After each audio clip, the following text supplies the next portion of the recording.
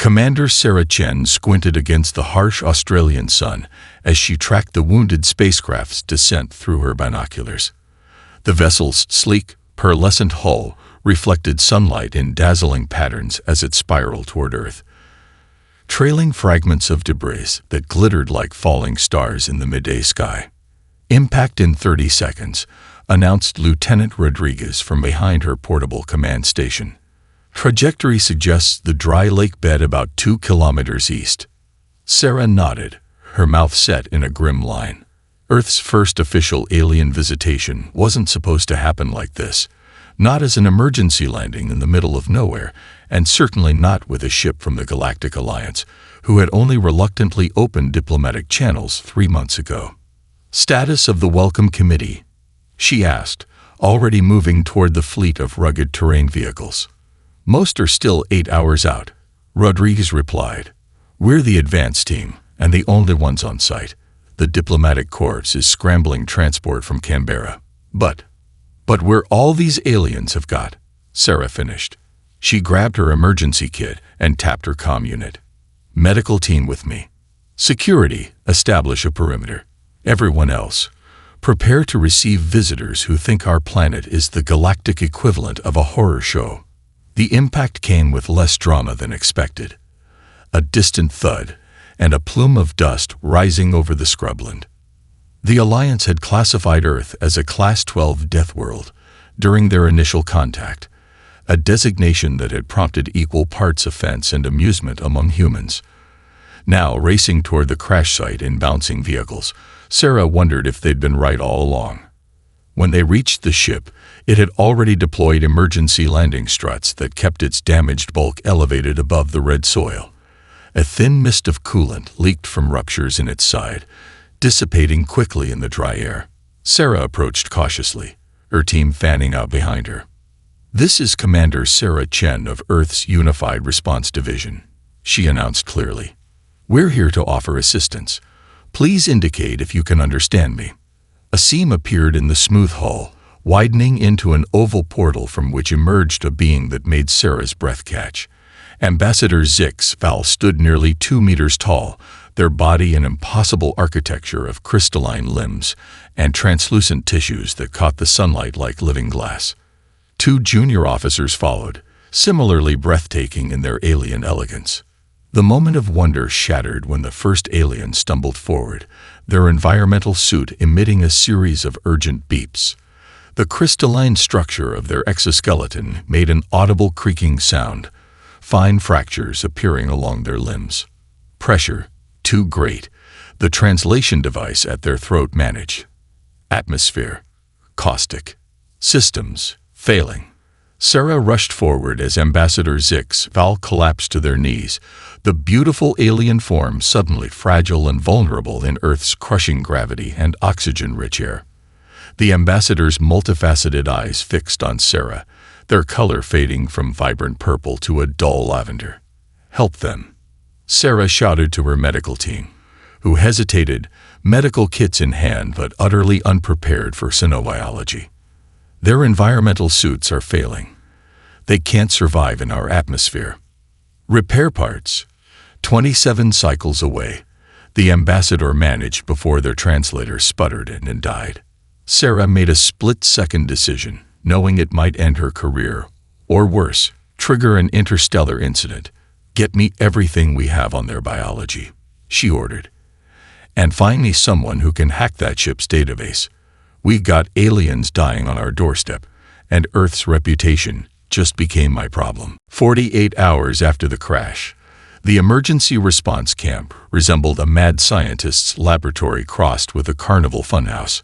Sarah wiped sweat from her brow as she tightened the final bolt on what her team had dubbed the bubble, a jerry-rigged environmental chamber cobbled together from scientific equipment, industrial air conditioners, and parts salvaged from the damaged alien vessel. "Run the pressure test again," she ordered, stepping back to inspect their creation. Dr. Eliza Wong nodded, her fingers dancing across a tablet connected to the makeshift control system. Initiating pressure reduction. 70% Earth normal. 60%. 50%. Around them, the multinational team held their breath. 3 similar chambers had already failed during testing, each collapse setting them back precious hours while the Alliance visitors deteriorated in their emergency survival pods. 40% Earth pressure, Dr. Wong continued. Gravity compensation at 65% reduction. Atmosphere mixture adjusting to lower oxygen content. The chamber held. A ragged cheer went up from the exhausted team. Let's move Ambassador HFY first, Sarah decided. Their condition is the most critical. The transfer process was nerve-wracking, a complex choreography of sealed transport pods and airlock improvisation that left everyone drenched in stress sweat. When they finally sealed the chamber with the ambassador inside, Sarah didn't dare breathe until she saw the alien's color begin to shift from sickly gray back toward a healthier lavender. "You saved us." Ambassador HFY's voice came through the hastily configured communication system 6 hours later. The translator still stuttered occasionally, but the meaning was clear as the diplomat floated in the low-gravity environment. "How did you construct this without proper schematics or specialized equipment?" Sarah set down the wrench she'd been fidgeting with and approached the transparent wall of the chamber. "We call it winging it. Humans do our best work when there's no instruction manual." The ambassador tilted their crystalline head, the gesture oddly bird-like. "The translator cannot process this concept adequately." "Do you mean improvisation?" "Exactly," Sarah smiled. "Necessary innovation under pressure. This approach is not valued in the Alliance." HFY responded after a thoughtful pause. "It introduces too many variables. Every contingency must be planned for, every outcome predicted and prepared for." Lieutenant Rodriguez, passing by with a load of supplies, snorted. "Must be nice. On Earth, the only certainty is uncertainty." Before the ambassador could respond, an alarm blared from the makeshift control center. Dr. Wong's voice came over the comm. "Power surge in Grid 3. We're losing stability in Chambers 2 and 3. Sarah was already running. "Rodriguez with me. Get the backup generators online. Tell McPherson to reroute the primary coolant system." What followed was a symphony of controlled chaos as the human team scrambled to reconfigure the entire environmental system. Engineers called measurements to each other in 3 different languages, while technicians physically rewired circuits, some singing improvised rhyming couplets to keep track of the changes. From their chambers, the Alliance visitors watched in silent amazement. A junior diplomat named Krelop pressed close to the transparent barrier, recording everything with an implanted ocular device. "Notice how they function without centralized direction," they murmured to their colleagues. "Each human seems to anticipate what others need without explicit instruction." Within 20 minutes, the system stabilized. Sarah wiped grease from her hands onto her already filthy uniform and grinned at the ambassador through the chamber wall. "Crisis averted," she announced. "How's everyone doing in there?" Ambassador HFY's multifaceted eyes reflected the harsh work lights as they studied Sarah with newfound curiosity. "Commander Chen, I believe we have severely underestimated your species." Sarah stared at Ambassador HFY, certain she had misheard the translator. "You want to go outside and see our world." The ambassador bobbed gently in their containment suit, a marvel of human engineering cobbled together from modified deep-sea diving equipment, space suit components, and medical-grade pressure regulators. The suit's transparent faceplate revealed the alien's shifting colors, now a confident blue-violet. "We studied Deathworlds academically," HFY explained. "Our xenobiologists have extensive theoretical knowledge, but lack practical observation. To witness such an environment firsthand represents an unprecedented opportunity." Sarah exchanged glances with Dr. Wong, who shrugged. "Their vital signs have stabilized in the mobile units. The risk is manageable." "Manageable risk," Sarah repeated with a hint of irony. "Welcome to Earth's official motto." What followed was perhaps the most meticulously planned half-kilometer excursion in human history. The alien delegation, HFY, Science Officer Krelop, and Security Liaison Mev 10, moved at a glacial pace in their bulky protective suits. Each step was preceded by exhaustive sensor readings, atmospheric sampling, and terrain analysis. Sarah suppressed a smile as Krelop spent 15 minutes examining an ordinary ant colony, documenting the insect's coordinated movements with childlike fascination. "These creatures operate with hive intelligence," the scientist announced, "and they secrete formic acid as a defense mechanism. Fascinating offensive capability for such a small organism. Just wait till they learn about honeybees," Lieutenant Rodriguez whispered to Sarah. The procession halted abruptly when Mevtan's sensors detected movement in nearby brush. The security officer's suit shifted to a defensive posture, force field generators humming to life. "Threat detected," they announced, voice pitched higher than usual. A small kangaroo rat hopped into view, whiskers twitching as it regarded the strange visitors. Sarah bit her lip to prevent laughter as Mevtan's suit recorded the creature's vital signs and projected a holographic threat assessment. This small mammal possesses significant jumping capabilities and potential for harboring parasitic organisms, the security officer noted with grave concern. "It's just a little rat," Sarah explained, "completely harmless to beings your size." The tour continued past a garden spider weaving its web between desert scrub. Krelop's multifaceted eyes widened within their helmet. "This small creature with 8 appendages manufactures silk stronger than our finest synthetic materials," they observed, "and it produces toxins." "That's just a garden spider," Sarah said. "Not even one of the dangerous ones." "Not dangerous." Krelop's voice rose an octave. "Your classification system confuses me, Commander." Before Sarah could respond, a distant rumble of thunder rolled across the landscape. The alien delegation froze in unison, their suits' sensors flashing urgent warnings. "Energy discharge detected," Mevtan announced, their coloration shifting to alarmed crimson. "Atmospheric disruption imminent." Sarah glanced at the darkening sky. "That's just a thunderstorm approaching. We should head back. Your atmosphere randomly generates electrical discharges." Zixval's voice trembled slightly. "And you simply accept this." The humans exchanged puzzled glances. "We carry umbrellas," Sarah offered weakly, then seeing the aliens' continued distress, added more practically, "And we've developed lightning rods, predictive weather systems, and emergency protocols."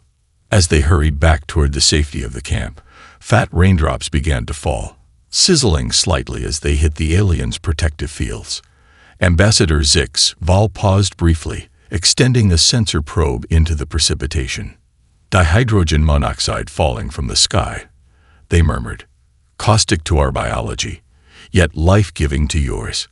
"Commander Chen, I begin to understand why our first contact specialists recommended extreme caution with Earth. Your planet does not merely host life. It actively tries to redesign it." Sarah smiled. "That's the thing about Earth. What doesn't kill you makes you stronger." "A most peculiar philosophy," the ambassador replied. "Yet I cannot deny the evidence before me." The makeshift common area had been transformed into an impromptu theater.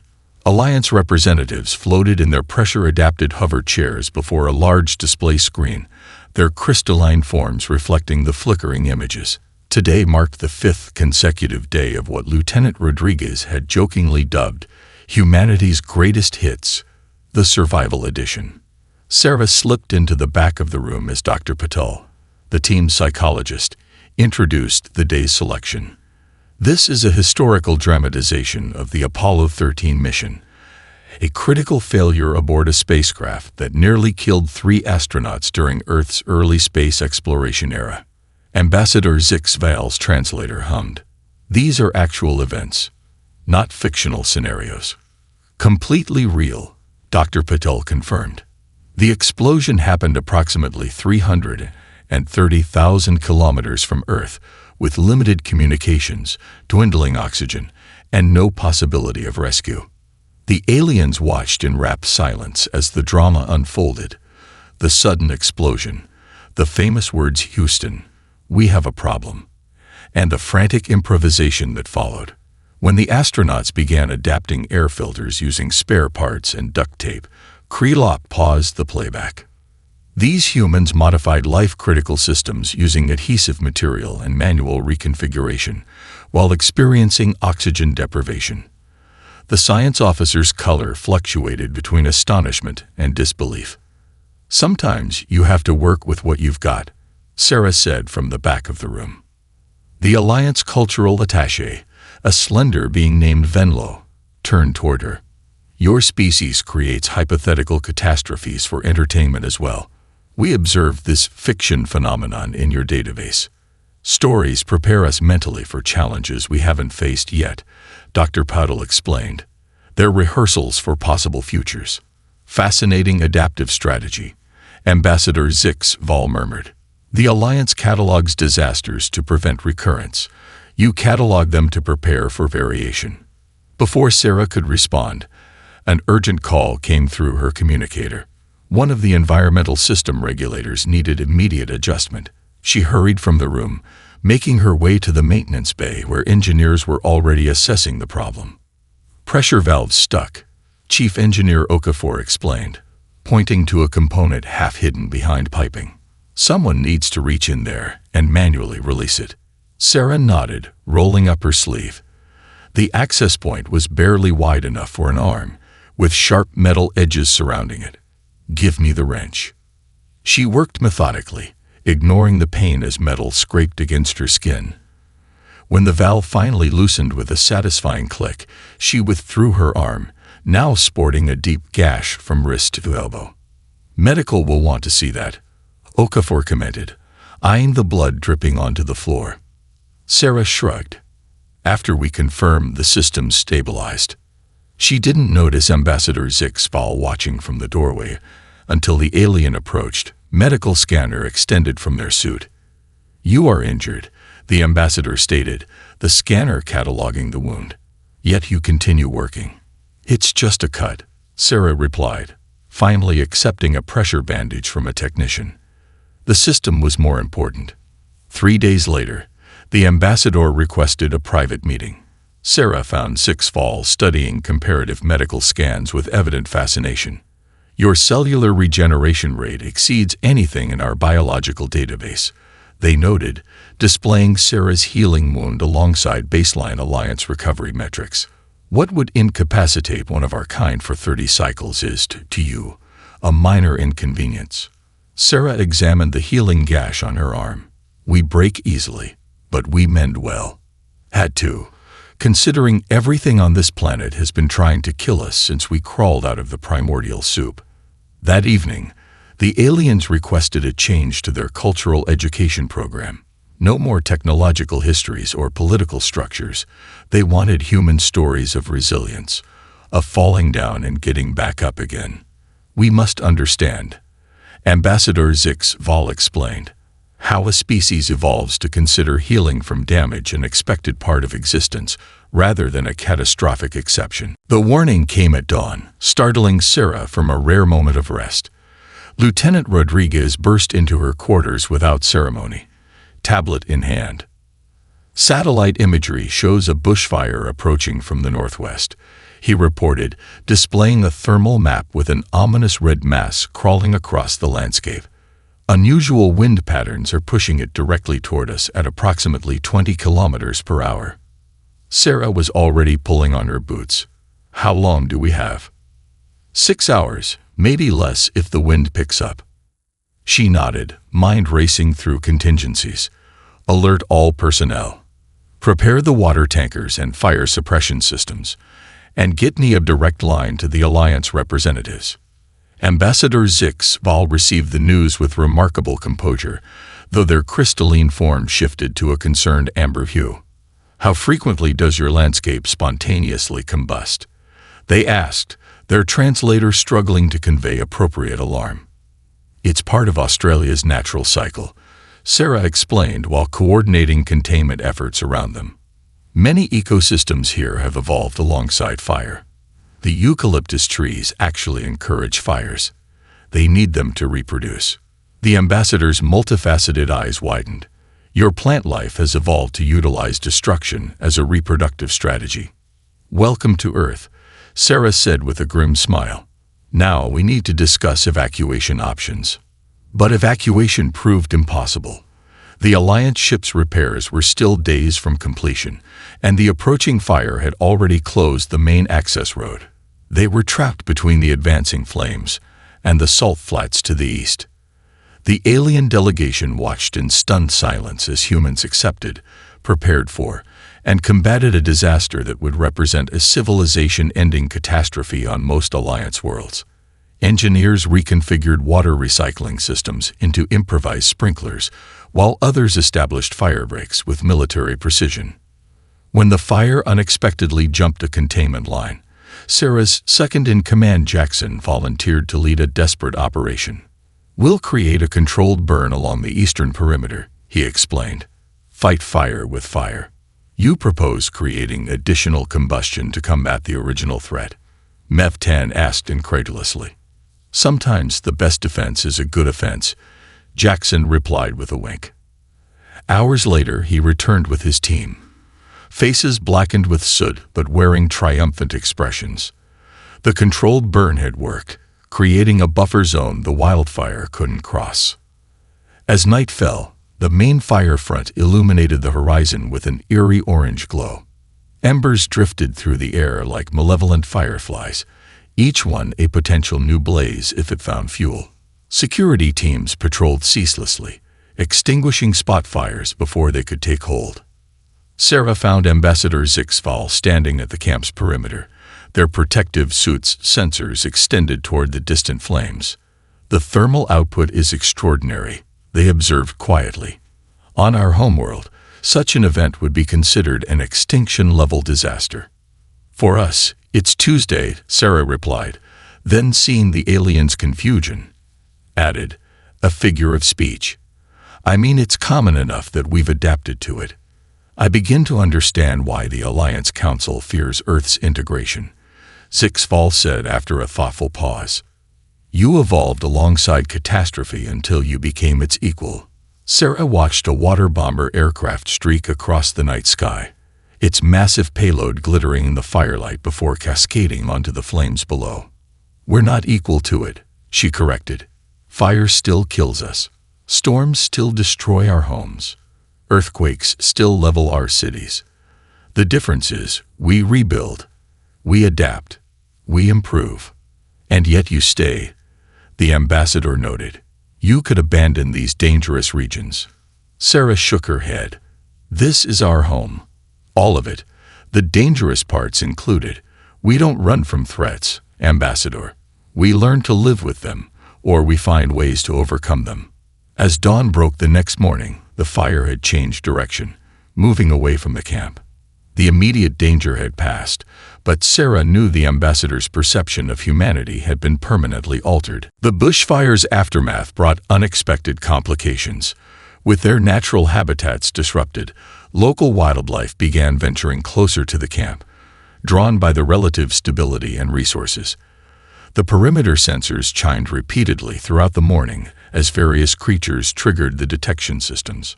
Sarah studied the security feeds with Lieutenant Rodriguez and Mev-10, the Alliance security officer who had insisted on joining the assessment. The alien's protective suit hummed softly as its internal systems maintained the precise environmental conditions necessary for their survival. "Dingoes," Sarah identified, pointing to the lean wolf-like canines moving cautiously along the eastern boundary. "Wild dogs native to Australia. They've been displaced by the fire and are exploring new territory." Mev-10 analyzed the sensor data with remarkable thoroughness. These creatures possess significant bite force, enhanced olfactory capabilities, and rudimentary pack hunting behaviors, they noted with evident concern. "How will we defend against them?" Sarah exchanged an amused glance with Rodriguez. "They're just dingoes. We'll relocate them." "Relocate?" Mev-10's translator seemed to struggle with the concept. "Not eliminate. We don't kill animals for simply existing in their own habitat," Sarah explained. "Especially when we're the ones encroaching on their territory." What followed was a masterclass in human tracking and wildlife management. Sarah assembled a small team equipped with tranquilizer guns, mobile barriers, and tracking equipment.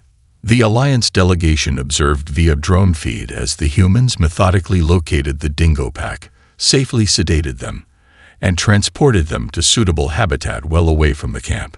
Notice their coordination. Ambassador Zix Val commented to the other aliens as they watched. No central command structure, yet each human anticipates the other's movements. Krelop, who had been diligently collecting biological data, added, they approached apex predators with minimal protective equipment. Their risk assessment calculations differ fundamentally from ours. When Sarah returned, she found the alien scientists engaged in animated discussion. The ambassador beckoned her over. On our worlds, we eliminated predators millennia ago, Zixval admitted. We engineered them out of existence because we could not compete. Sarah wiped sweat from her brow, considering this. That's the difference, I think. Humans never tried to eliminate threats completely. We adapted to survive alongside them. Sometimes that meant becoming the bigger threat. Mev 10 shifted position, a gesture Sarah now recognized as discomfort. Our records indicate 17 currently active armed conflicts on your world. You turn this adaptability against yourselves. Yes, Sarah acknowledged without defensiveness. We're still learning when to compete and when to cooperate. We make mistakes. That evening, the camp's systems detected another intrusion, this time a venomous snake that had found its way into one of the storage units. Sarah handled the situation personally, calmly capturing the reptile with a simple stick and hook before releasing it far from the camp. Ambassador Zix Val observed the procedure with evident fascination. You show no fear, they noted. Respect, not fear, Sarah corrected. Fear would make me dangerous to the snake and myself. Understanding its behavior keeps us both safe. Later, Sarah found Krelop reviewing Earth's biological database with increasing agitation. Your planet hosts over 50,000 vertebrate species, the scientist noted. Over 30,000 are potentially dangerous to human physiology. How do you manage such biodiversity? Sarah shrugged. We don't manage it. We're just another species in the mix. Yet you persist despite failures, Zixval observed from nearby. Many species on our worlds went extinct when faced with far lesser challenges. Persistence is humanity's superpower, Sarah replied. We fail, we learn, we adapt, we try again. It's what we do. The ambassador's crystalline form shifted to a thoughtful blue. This quality alone makes humans unique among sentient species we've encountered. You embrace failure as part of your process rather than a terminal outcome. The communications array hummed to life after days of repairs, bathing the command center in the soft blue glow of its holographic interface. Sarah watched as her technicians made final adjustments, testing the connection to the orbiting relay satellites that would link them back to both Earth's command structure and the broader Alliance network. Signal locked, announced the communications officer. We're receiving an incoming transmission from the Alliance flagship Eternal Harmony. The holographic display flickered, then solidified into the image of Alliance Commander Joreth, their crystalline form more elaborate and adorned than the delegates on Earth. Clearly a high-ranking official. Ambassador Zix Val moved forward, their formal greeting patterns shifting across their surface in luminescent waves. The two aliens exchanged formalities that Sarah's translator struggled to fully capture, but the tension in the conversation was evident even across species barriers. Whatever news the commander brought, it wasn't good. We have encountered an unprecedented situation, Joreth finally stated, switching to a language format compatible with human translation systems. A previously unknown species has attacked 3 outposts along the galactic rim, overwhelming our defenses with tactics we were unprepared for. The commander's image was replaced by footage that made Sarah's breath catch. Colonial structures not unlike human architecture lay in ruins, while crystalline Alliance defenders shattered under impacts from weapons wielded by massive, armored beings moving with shocking speed and coordination. The Vrex evolved on a high-gravity world with atmospheric toxicity levels approaching Earth's prehistoric periods, explained Commander Joreth as the footage continued. Our standard containment protocols failed completely. They adapted to our defensive measures faster than our systems could recalibrate. Sarah caught the meaningful glances exchanged between the Alliance officials. Ambassador Zixval's coloration shifted subtly. Embarrassment, perhaps. You need our help, Sarah realized aloud. You need people who understand how to fight and survive against overwhelming odds. The commander's image reappeared, their stance formal but their color reflecting what Sarah had learned to recognize as discomfort. The Alliance Council would never officially request such assistance. They began carefully. But as the ambassador who has observed humans firsthand, Zixval interjected, I can attest that Earth's perspective would be invaluable. The transmission ended shortly after, leaving Sarah with classified Alliance footage to review and a diplomatic minefield to navigate. Later that night, she pored over the attack records, noting patterns that seemed obvious to her military-trained eye, but had apparently blindsided the Alliance forces. You've been running simulations of encountering dangerous species, Sarah confronted Zixval when she found the ambassador alone in the communications center. This crash wasn't entirely accidental, was it? The ambassador's surface rippled with patterns Sarah couldn't interpret, but their silence was answer enough. The Alliance Council authorized a controlled encounter, Zixval finally admitted. A minor navigational error that would force sustained contact with humans under controlled conditions.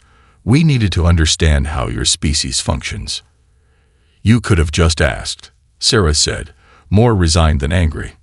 Would you have revealed your true nature if you knew you were being studied? The ambassador countered. We needed authentic responses. Sarah leaned against the console. And what did you learn about our true nature? That the galaxy's peaceful expansion happened in protected bubbles of gentle worlds, Zixval replied. Species like humans and the Vrex, forged in the crucible of hostile environments, possess capacities we never needed to develop. The difference is that humans temper their strength with compassion. Sarah studied the frozen image of a Vrex warrior on the screen. They're like us, but without the restraint. They are what the Alliance feared humans might be, the ambassador corrected. Now we fear what might happen without humanity's intervention. The repaired Alliance ship gleamed in the morning sunlight, its hull restored to pearlescent perfection after weeks of intensive repairs.